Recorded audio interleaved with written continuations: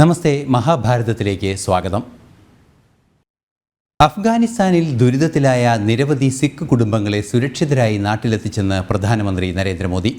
ലോക്സഭാ തെരഞ്ഞെടുപ്പിന്റെ അവസാന ഘട്ടത്തിൽ വോട്ടെടുപ്പ് നടക്കുന്ന ഹിമാചൽ പ്രദേശിൽ പ്രചരണം ശക്തമാക്കി BJPയും കോൺഗ്രസും. 4 ലോക്സഭാ മണ്ഡലങ്ങളിലും ജൂൺ 1-നാണ് വോട്ടെടുപ്പ്. രാജ്യത്തെ 6ാം ഘട്ട തെരഞ്ഞെടുപ്പിന്റെ പരസ്യപ്രചരണം അവസാനിച്ചു. 7 സംസ്ഥാനങ്ങളിലെയും ഒരു കേന്ദ്രഭരണ പ്രദേശത്തെയും 58 മണ്ഡലങ്ങളിൽ ശനിയാഴ്ചയാണ് തെരഞ്ഞെടുപ്പ്. സ്വാതി മലിവാൾ ആക്രമിക്കപ്പെടുമ്പോൾ വീട്ടിൽ ആരൊക്കെ ഉണ്ടായിരുന്നുവെന്ന് വ്യക്തമാക്കാൻ അരവിന്ദ് കെജ്രിവാൾ തയ്യാറാകണമെന്ന് കേന്ദ്രമന്ത്രി സ്മൃതി ഇറാനി. അതേസമയം പോലീസ് നടപടികളിൽ സഹതാപ തരംഗം സൃഷ്ടിക്കാനാണ് ആം ആദ്മി പാർട്ടി ശ്രമിക്കുന്നത്. തനിക്കെതിരെ നടന്ന അക്രമം തെളിയിക്കാൻ നുണപരിശോധനയ്ക്ക് തയ്യാറെന്ന് സ്വാതി മലിവാൾ.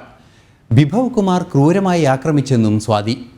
പശ്ചിമബംഗാളിൽ തൃണമൂൽ കോൺഗ്രസ് പ്രവർത്തകരുടെ ആക്രമണത്തിൽ BJP വനിതാ പ്രവർത്തക കൊല്ലപ്പെട്ടതിൽ പ്രതിഷേധം ശക്തമായി. നന്ദിഗ്രാമിൽ ആഹ്വാനം ചെയ്ത 12 മണിക്കൂർ ബന്ദിനിടെ രോഷാകുലരായ നാട്ടുകാർ കടകൾക്ക് തീയിട്ടു.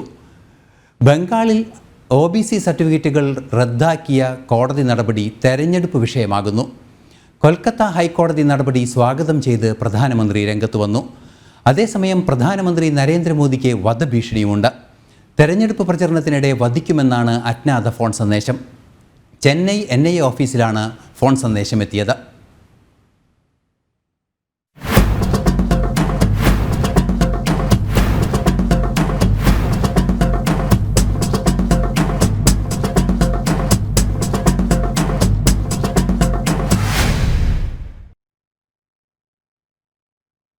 അഫ്ഗാനിസ്ഥാനിൽ ദുരിതത്തിലായ നിരവധി സിഖ് കുടുംബങ്ങളെ സുരക്ഷിതരായി നാട്ടിലെത്തിച്ചെന്ന് പ്രധാനമന്ത്രി നരേന്ദ്രമോദി. പഞ്ചാബ് പാട്യാലയിൽ നടന്ന തെരഞ്ഞെടുപ്പ് റാലിയിൽ സംസാരിക്കുകയായിരുന്നു അദ്ദേഹം. പൂർണ്ണ ആദരവോടെ ഗുരു ഗ്രന്ഥ സാഹിബ് കൂടി ഭാരതത്തിലെത്തിച്ചുവെന്നും പ്രധാനമന്ത്രി പറഞ്ഞു. आपको याद होगा, अफगानिस्तान में हमारे सिख परिवार संकट में थे.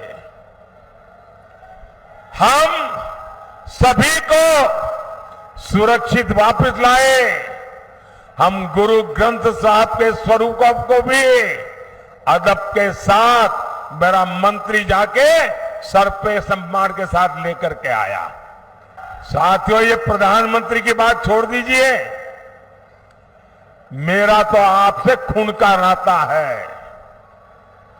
गुरु गोविंद सिंह जी के जो पहले पंच प्यारे थे, उसमें मेरा एक द्वारिका का पंच प्यारों में था जी.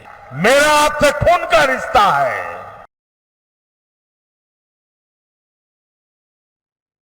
ലോക്സഭാ തെരഞ്ഞെടുപ്പിന്റെ അവസാന ഘട്ടത്തിൽ വോട്ടെടുപ്പ് നടക്കുന്ന ഹിമാചൽ പ്രദേശിൽ പ്രചരണം ശക്തമാക്കി BJPയും കോൺഗ്രസും. 4 ലോക്സഭാ മണ്ഡലങ്ങളിലും ജൂൺ 1-നാണ് തെരഞ്ഞെടുപ്പ്. ഒപ്പം 6 നിയമസഭാ മണ്ഡലങ്ങളിലെ ഉപതെരഞ്ഞെടുപ്പും നിർണായകമാണ്. ഹിമാചൽ പ്രദേശിൽ നിന്ന് കൂടുതൽ വിവരങ്ങളുമായി ജിഷ്ണു കൃഷ്ണൻ ഇപ്പോൾ നമ്മോടൊപ്പം ചേരുന്നുണ്ട്. ജിഷ്ണു, അവസാന ഘട്ടത്തിലാണ് ഹിമാചലിൽ തെരഞ്ഞെടുപ്പ് നടക്കുന്നത്. എങ്ങനെയാണ് അവിടുത്തെ തെരഞ്ഞെടുപ്പ് പരിപാടികൾ പുരോഗമിക്കുന്നത്? എന്താണ് കൂടുതൽ വിവരങ്ങൾ നൽകാനുള്ളത് ഹിമാചലിൽ നിന്നും?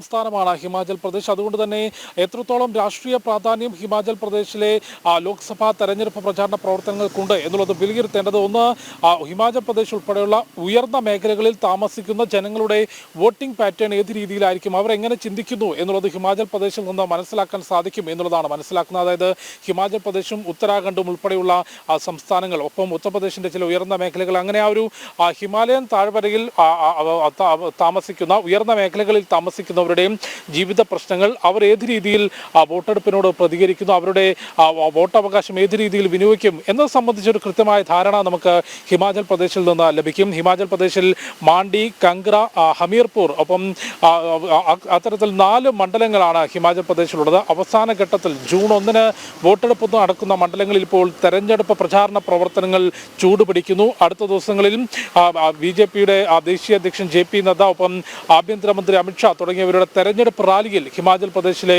വിവിധ മണ്ഡലങ്ങളിൽ ക്രമീകരിച്ചിട്ടുണ്ട്. നമ്മൾ ഇന്നാണ് ഹിമാചൽ പ്രദേശിലേക്ക് എത്തിയിട്ടുള്ളത്. ഇന്ന് ഹമീർപൂർ മണ്ഡലത്തിൽ, അതായത് കേന്ദ്ര മന്ത്രി അനുരാഗ് സിംഗ് ഠാക്കൂർ മത്സരിക്കുന്ന BJPക്ക് വേണ്ടി മത്സരിക്കുന്ന ഹമീർപൂർ മണ്ഡലത്തിലാണ് ഇന്ന് എത്തിയിട്ടുള്ളത്. അവിടെ ജനങ്ങളുമായി സംസാരിക്കാൻ കഴിഞ്ഞു. ഒപ്പം തെരഞ്ഞെടുപ്പ് പ്രചാരണ പ്രവർത്തനങ്ങളുമായി വിലയിരുത്താൻ സാധിച്ചു. ഹിമാലയൻ താഴ്വരയിലുള്ള ഭൂപ്രദേശം, അവിടെ ഉപജീവന മാർഗം കൃഷിയും ടൂറിസവുമായി ബന്ധപ്പെട്ട് അതുമായി ബന്ധപ്പെട്ട് ജീവിച്ചു പോകുന്ന ജനത പക്ഷേ വളരെ കൃത്യമായി രാഷ്ട്രീയ നിലപാടുകൾ അവരുടെ വോട്ടിലൂടെ രേഖപ്പെടുത്തുന്ന സംസ്ഥാനമാണ്. പ്രത്യേകിച്ച് ഒരു രാഷ്ട്രീയ പാർട്ടിക്ക് മുൻപിലേക്കും കാലങ്ങളോളം അടിയറവ് വയ്ക്കാതെ, കൃത്യമായി സൂചിപ്പിച്ചാൽ നിയമസഭാ തെരഞ്ഞെടുപ്പ് ചരിത്രം ഹിമാചൽ പരിശോധിക്കുമ്പോൾ 1985 മുതൽ ഒരു പാർട്ടിക്കും കൃത്യമായി തുടർ ഭരണം നൽകാതെ ഓരോ 5 വർഷം കൂടുമ്പോഴും കോൺഗ്രസിനും BJPക്കും മാറി മാറി അവസരം നൽകിക്കൊണ്ട് കൃത്യമായ ഭരണവിരുദ്ധ വികാരമോ അല്ലെങ്കിൽ ഓരോ 5 വർഷം കൂടുമ്പോഴും ഭരണമാറ്റം ഉണ്ടാകുന്ന സംസ്ഥാനമാണ് ഹിമാചൽ പ്രദേശ്. അത്തരത്തിൽ വളരെ കൃത്യമായി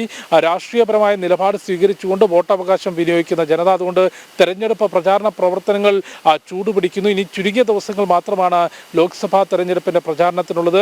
ഹമീർപൂരിൽ കേന്ദ്രമന്ത്രി അനുരാഗ് സിംഗ് ഠാക്കൂർ മത്സരിക്കുന്നു. ഒപ്പം തന്നെ മാണ്ഡിയിൽ സിനിമാ താരം കൂടിയായിട്ടുള്ള, ഒപ്പം മുൻപ് ദേശീയ നിലപാടുകൾ തുറന്നു പറഞ്ഞതിന് മാധ്യമങ്ങളുടെ തലക്കെട്ടുകളിൽ നിറഞ്ഞു നിന്നിട്ടുള്ള സിനിമാ താരം കങ്കണ റണൌത്ത് ആണ് മാണ്ഡിയിൽ BJPയുടെ സ്ഥാനാർത്ഥി. അവിടെ മാണ്ഡിയിൽ തന്നെ മുൻ മുഖ്യമന്ത്രി, ഹിമാചൽ പ്രദേശിന്റെ മുൻ മുഖ്യമന്ത്രി, മുതിർന്ന കോൺഗ്രസ് നേതാവുമായിട്ടുള്ള വീരഭദ്ര സിംഗിന്റെ മകൻ വിക്രമാദിത്യ സിംഗ് ആണ് മാണ്ഡിയിൽ BJPക്കെതിരെ, കങ്കണ റണൌത്തിനെതിരെ മത്സരിക്കുന്നത്. അതുകൊണ്ട് തന്നെ ശക്തമായ മത്സരം നടക്കുന്നു, ശക്തമായ പ്രചാരണം നടക്കുന്നു. ലോക്സഭാ തെരഞ്ഞെടുപ്പിനൊപ്പം തന്നെ നിയമസഭാ തെരഞ്ഞെടുപ്പും ഉപതെരഞ്ഞെടുപ്പുകൾ നടക്കുന്നു എന്നുള്ളത് ഹിമാചൽ രാഷ്ട്രീയത്തെ സംബന്ധിച്ച് ഏറെ നിർണായകമാണ്. 68 അംഗ ഹിമാചൽ നിയമസഭയിൽ 6 സീറ്റുകളിലേക്കാണ് ഉപതെരഞ്ഞെടുപ്പ് നടക്കുന്നത്. ആ 6 സീറ്റുകളും BJPക്ക് വിജയിക്കാൻ സാധിക്കുകയാണെങ്കിൽ തീർച്ചയായും ഒരു ഭരണമാറ്റം ഹിമാചലിൽ ഉണ്ടാകാനുള്ള സാധ്യതയുണ്ട്. കാരണം നിലവിൽ 68 അംഗ നിയമസഭയിൽ 34 അംഗങ്ങളുടെ പിന്തുണയാണ്. അതായത് കൃത്യം ഭൂരിപക്ഷ അംഗങ്ങളുടെ പിന്തുണയ്ക്കടുത്താണ് കോൺഗ്രസിനുള്ളത്. BJPക്കാകട്ടെ 25 ഒപ്പം 3 സ്വതന്ത്രരുടെയും പിന്തുണയുണ്ട്. അതുകൊണ്ട് ഇനി ഈ ലോക്സഭാ തെരഞ്ഞെടുപ്പിനൊപ്പം നടക്കുന്ന നിയമസഭയിൽ 6 സീറ്റുകളിലേക്കുള്ള ഉപതെരഞ്ഞെടുപ്പിൽ BJPക്ക് വിജയിക്കാൻ സാധിച്ചാൽ ഹിമാചൽ പ്രദേശിലൊരു ഭരണമാറ്റത്തിന് സാധ്യതയുണ്ട്. കോൺഗ്രസ് സർക്കാർ താഴെ വീഴാനും BJP സർക്കാർ രൂപീകരിക്കാനുമുള്ള ഒരു സാധ്യത ഈ ഉപതെരഞ്ഞെടുപ്പിലൂടെ നമുക്ക് കാണാൻ സാധിക്കും. അത്തരത്തിൽ സംഭവിക്കുകയാണെങ്കിൽ ഏറ്റവും പ്രധാനപ്പെട്ട കാര്യം, കോൺഗ്രസിന് ഉത്തരേന്ത്യൻ സംസ്ഥാനങ്ങളിൽ ഒന്നും ഭരണമില്ലാത്തൊരു പാർട്ടിയായി കോൺഗ്രസ് മാറും എന്നുള്ളൊരു ചരിത്ര പ്രാധാന്യം കൂടി ആ ഉപതെരഞ്ഞെടുപ്പുകളുടെ ഫലം വന്നാൽ ഇത്തരത്തിലാണെങ്കിൽ, അതായത് ആ സീറ്റുകൾ BJP നേടിയെടുത്താൽ ഉണ്ടാകും എന്നുള്ളതാണ് പ്രത്യേകത. നേരത്തെ രാജസ്ഥാനും ഛത്തീസ്ഗഡും കയ്യിലുണ്ടായിരുന്നെങ്കിൽ ആ 2 സംസ്ഥാനങ്ങളും കഴിഞ്ഞ നിയമസഭാ തെരഞ്ഞെടുപ്പിൽ കോൺഗ്രസിന് നഷ്ടമാവുകയും അവിടെ BJP നേടിയെടുക്കുകയും ചെയ്തിരുന്നു. ഇപ്പോൾ തെലങ്കാനയും കർണാടകയും മാറ്റി നിർത്തിയാൽ ഉത്തരേന്ത്യൻ സംസ്ഥാനങ്ങളിലേക്ക് എത്തുമ്പോൾ കോൺഗ്രസിന് ഭരണമുള്ള ഒരേ ഒരു സംസ്ഥാനമാണ് ഹിമാചൽ പ്രദേശ്. അതുകൊണ്ട് ലോക്സഭാ തെരഞ്ഞെടുപ്പിൽ 4 മണ്ഡലങ്ങൾ വിധിയെഴുതുന്നതോടൊപ്പം തന്നെ നിയമസഭയിലെ 6 സീറ്റുകളിൽ ഉപതെരഞ്ഞെടുപ്പ് നടക്കുന്നതും ഹിമാചൽ രാഷ്ട്രീയത്തെ സംബന്ധിച്ച് ഏറെ പ്രധാനപ്പെട്ടതാണ്. ഐസൻ. ശരി ജിഷ്ണു, ഇനിയും ഹിമാചലിലെ കൂടുതൽ വിവരങ്ങളുമായി തുടർ വാർത്തകളിലൂടെ നമുക്ക് കാണാനും സാധിക്കുമെന്ന് പ്രതീക്ഷിക്കുന്നു. മഹാഭാരതത്തിലേക്ക് സ്വാഗതം. രാജ്യത്തെ 6ാം ഘട്ട തെരഞ്ഞെടുപ്പിൻ്റെ പരസ്യപ്രചരണം അവസാനിച്ചു. 7 സംസ്ഥാനങ്ങളിലെയും ഒരു കേന്ദ്രഭരണ പ്രദേശത്തെയും ഉൾപ്പെടെ 58 മണ്ഡലങ്ങളിൽ ശനിയാഴ്ചയാണ് തെരഞ്ഞെടുപ്പ്. പൊതു തെരഞ്ഞെടുപ്പിനൊപ്പം ഒഡീഷ നിയമസഭയിലേക്കുള്ള 3ാം ഘട്ട തെരഞ്ഞെടുപ്പും 25-ന് നടക്കും. തെരഞ്ഞെടുപ്പ് നടക്കാൻ പോകുന്ന 58 മണ്ഡലങ്ങളിലും വാശിയേറിയ പ്രചരണ പരിപാടികളാണ് മുന്നണികൾ സംഘടിപ്പിച്ചത്. 6ാം ഘട്ട തെരഞ്ഞെടുപ്പ് നടക്കുന്ന മണ്ഡലങ്ങളിൽ രാജ്യതലസ്ഥാനത്തെ 7 മണ്ഡലങ്ങൾ തന്നെയാണ് ദേശീയ ശ്രദ്ധയാകർഷിക്കുന്നതും. BJPയുടെ കൈവശമുള്ള 7 മണ്ഡലങ്ങളും പിടിച്ചടക്കാൻ ആം ആദ്മി പാർട്ടി കോൺഗ്രസ് സഖ്യത്തിന്റെ ശ്രമം അവസാന മണിക്കൂറുകളിലും തുടരുകയാണ്. അതേസമയം മദ്യനയ അഴിമതി, സ്വാതി മലിവാൾ വിഷയം, ആം ആദ്മി പാർട്ടിയുടെ ഖാലിസ്ഥാൻ ബന്ധം എന്നിവ ഉയർത്തിക്കാട്ടി BJP പ്രതിരോധം തീർക്കുന്നു. പശ്ചിമ ബംഗാളിലും ശക്തമായ പ്രചരണമാണ് മുന്നണികൾ കാഴ്ചവെച്ചത്. തൃണമൂൽ കോൺഗ്രസും BJPയും തമ്മിൽ ഇഞ്ചോടിഞ്ചു പോരാട്ടം നടക്കുന്ന ബംഗാളിൽ ഇടത് കോൺഗ്രസ് സഖ്യത്തിന്റെ സാന്നിധ്യവും പ്രകടമാണ്. ഹരിയാനയിൽ BJPക്കും പ്രതിപക്ഷ സഖ്യത്തിനും ഭീഷണിയായി INLDയും ജനനായക് ജനതാ പാർട്ടിയും രംഗത്തുണ്ട്. ഒഡീഷയിൽ ബിജു ജനതാദളും BJPയും കോൺഗ്രസും തമ്മിൽ ത്രികോണ മത്സരമാണ്. പൊതു തെരഞ്ഞെടുപ്പിനൊപ്പം ഒഡീഷ നിയമസഭയിലെ 42 മണ്ഡലങ്ങളിലേക്കുള്ള തെരഞ്ഞെടുപ്പും 25-ന് നടക്കും. ഉത്തർപ്രദേശിൽ തെരഞ്ഞെടുപ്പ് നടക്കാൻ പോകുന്ന 14 മണ്ഡലങ്ങളിലും BJP മികച്ച പ്രചരണമാണ് സംഘടിപ്പിച്ചത്. കോൺഗ്രസ് സമാജ്വാദി പാർട്ടി സഖ്യത്തെ തകർക്കുക എന്ന ലക്ഷ്യത്തോടെ പ്രധാനമന്ത്രിയടക്കം മണ്ഡലങ്ങളിൽ പ്രചരണത്തിന് ചുക്കാൻ പിടിച്ചു. ശനിയാഴ്ച തെരഞ്ഞെടുപ്പ് നടക്കുന്ന മണ്ഡലങ്ങളിൽ ഭൂരിഭാഗവും NDAയുടെ കൈവശമുള്ളവയാണ്. അതിനാൽ തന്നെ ദേശീയ ജനാധിപത്യ സഖ്യത്തിന്റെ പ്രതീക്ഷകളും ഏറെയാണ്. ജനം, ഡൽഹി. സ്വാതി മലിവാൾ ആക്രമിക്കപ്പെടുമ്പോൾ വീട്ടിൽ ആരൊക്കെ ഉണ്ടായിരുന്നുവെന്ന് വ്യക്തമാക്കാൻ അരവിന്ദ് കെജ്രിവാൾ തയ്യാറാകണമെന്ന് കേന്ദ്രമന്ത്രി സ്മൃതി ഇറാനി.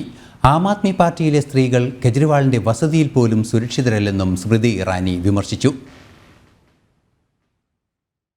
മുഖ്യമന്ത്രിയുടെ വസതിയിൽ AAP വനിതാ നേതാവും രാജ്യസഭാംഗവുമായ സ്വാതി മലിവാൾ ആക്രമിക്കപ്പെട്ട സംഭവത്തിൽ കെജ്രിവാളിനെ രൂക്ഷ ഭാഷയിലാണ് വനിതാ ശിശുക്ഷേമ വകുപ്പ് മന്ത്രി സ്മൃതി ഇറാനി വിമർശിക്കുന്നത്. മുഖ്യമന്ത്രിയുടെ വസതിയിൽ നടന്നതിനെപ്പറ്റി കെജ്രിവാൾ തന്നെ വിശദീകരിക്കണം. ഒരു വനിതാ MP ആക്രമിക്കപ്പെട്ട സംഭവത്തിൽ എന്തുകൊണ്ടാണ് അരവിന്ദ് കെജ്രിവാൾ ഇപ്പോഴും മൗനം തുടരുന്നതെന്ന് സ്മൃതി ഇറാനി ചോദിക്കുന്നു. स्वाति मालीवाल को क्यों मारा गया केजरीवाल जी की उपस्थिति में? केजरीवाल जी क्यों स्वाति मालीवाल की असॉल्ट के संदर्भ में अब तक स्पष्ट रूप से बोले नहीं? केजरीवाल जी के सानिध्य में क्यों एक राज्यसभा सांसद पर असॉल्ट हुआ इत्यादि इन प्रश्नों का उत्तर अभी तक जनता को नहीं मिला है. മനീഷ് സിസോദിയുടെ ജാമ്യാപേക്ഷ തള്ളിക്കൊണ്ട് കഴിഞ്ഞ ദിവസം ഡൽഹി ഹൈക്കോടതി നടത്തിയ നിരീക്ഷണം മദ്യനയത്തിലെ വൻ അഴിമതിയാണ് വ്യക്തമാക്കുന്നതെന്നും സ്മൃതി ഇറാനി പറഞ്ഞു. कि मनीष सिसोदिया ने सरकारी तंत्र का दुरुपयोग करते हुए लगभग 100 करोड़ का घोटाला किया है. कोर्ट ने यह भी ऑब्जर्व किया कि मनीष सिसोदिया ने केस से संबंधित सबूतों को मिटाया है. ജനം, ഡൽഹി. രാജ്യസഭാംഗം സ്വാതി മലിവാളിൻ്റെ പരാതിയിൽ മുഖ്യമന്ത്രി അരവിന്ദ് കെജ്രിവാളിൻ്റെ മാതാപിതാക്കളെ പോലീസ് ചോദ്യം ചെയ്തേക്കും.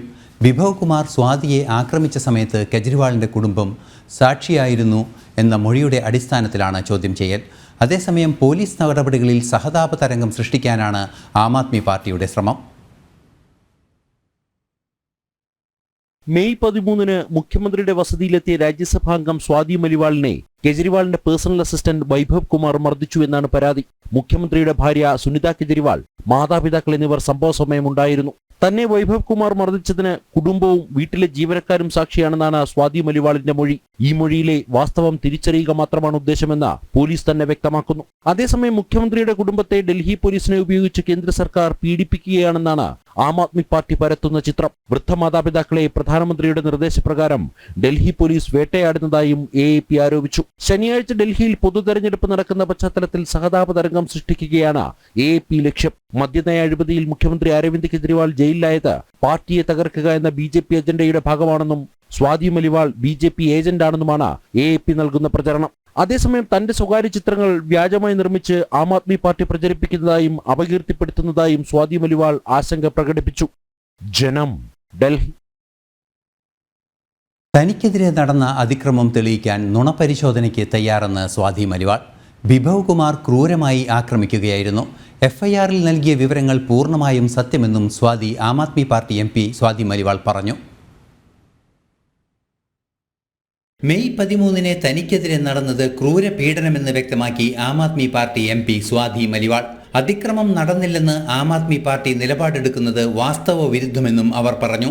നുണപരിശോധനയ്ക്ക് താൻ തയ്യാറാകാമെന്നും സ്വാതി മലിവാൾ വ്യക്തമാക്കി.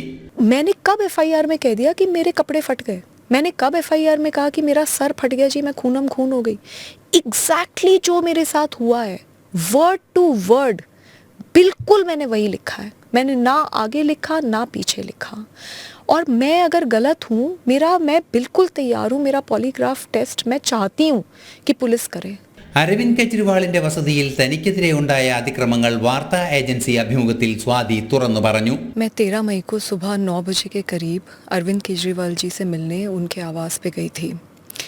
मुझे वहाँ पे स्टाफ ने ड्राइंग रूम में बिठवाया और बताया कि अरविंद जी घर पे हैं और वो मुझसे मिलने आ रहे हैं. इतने में विभव कुमार जो कि उनके PS थे, वो वहाँ पे धनधनाते हुए आते हैं. और मैंने उनको बोला भी कि भाई क्या हो गया, मतलब अरविंद जी आ रहे हैं, क्या हो क्या गया? तो इतना मैंने बोला और इतने में ही उन्होंने हाथ छोड़ दिया. उन्होंने मुझे 7-8 थप्पड़ पूरी जोर से मारे. രാജ്യസഭാ MPക്ക് നേരെയുള്ള ക്രൂരമായ അതിക്രമം തുറന്നു കാട്ടുന്നത് ആം ആദ്മി പാർട്ടിയുടെ സ്ത്രീ വിരുദ്ധത തന്നെയാണ്. നാഷണൽ ഡെസ്ക്, ജനം. പശ്ചിമ ബംഗാളിൽ തൃണമൂൽ കോൺഗ്രസ് പ്രവർത്തകരുടെ ആക്രമണത്തിൽ BJP വനിതാ പ്രവർത്തകയ്ക്ക് വനിതാ പ്രവർത്തക കൊല്ലപ്പെട്ടതിൽ പ്രതിഷേധം ശക്തമായി.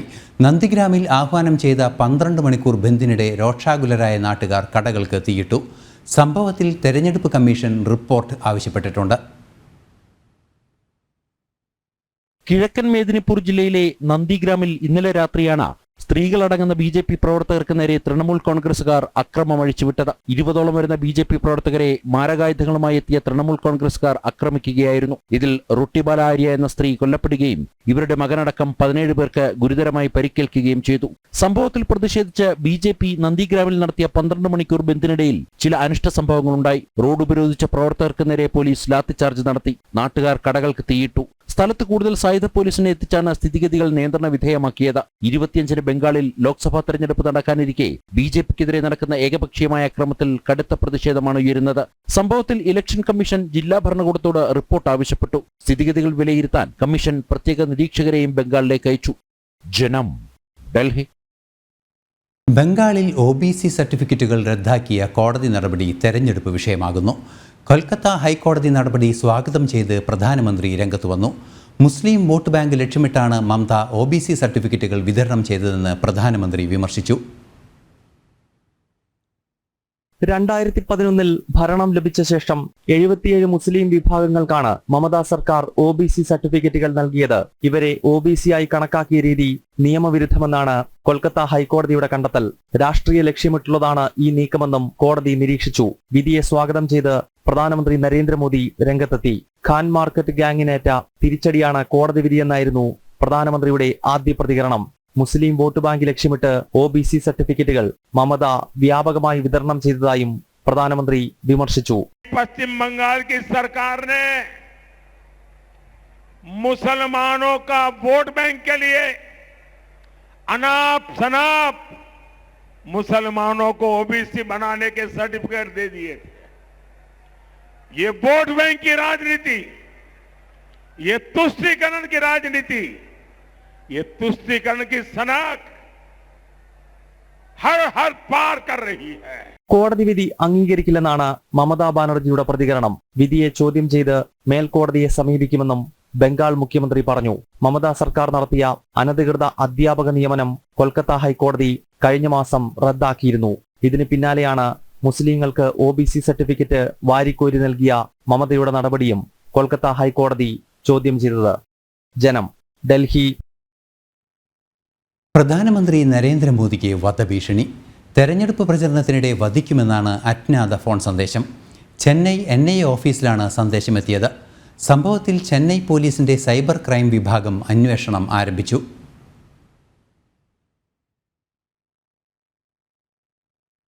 മഹാഭാരതം സമാപിക്കുകയാണ്. നാളെ വീണ്ടും കാണാം. നമസ്തേ.